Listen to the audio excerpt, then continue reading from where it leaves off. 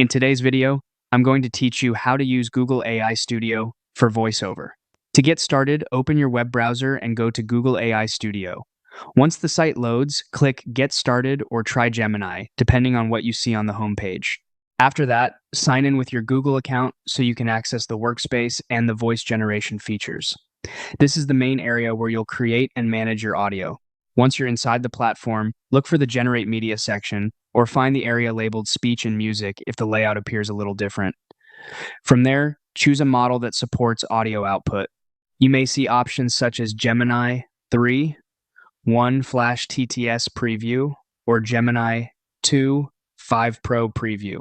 The important part is simply making sure the model you select is capable of generating voice, because not every model in AI Studio is built for audio. Next, set up the type of voiceover you want to create. If your project is a normal narration with one voice, choose single speaker audio. If your script includes a conversation or multiple characters speaking back and forth, select multi-speaker instead. Choosing the right mode at the beginning will help your final output sound much more organized. After that, select a voice. Google AI Studio includes a variety of studio-quality AI voices, so it's a good idea to preview a few options. First, by clicking the play icon. Take a moment here, because the right voice can completely change the tone and feel of your content. Once you've picked a voice, add context and tone instructions.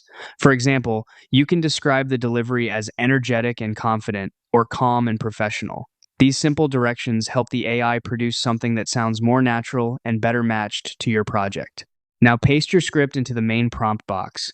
If the model supports it, you can also use audio tags like excited or whispers to shape certain parts of the performance. When everything looks right, click Run to generate the voiceover. After it finishes processing, listen to the preview carefully. If it sounds the way you want, open the three-dot menu next to the audio track and click Download to save it to your device.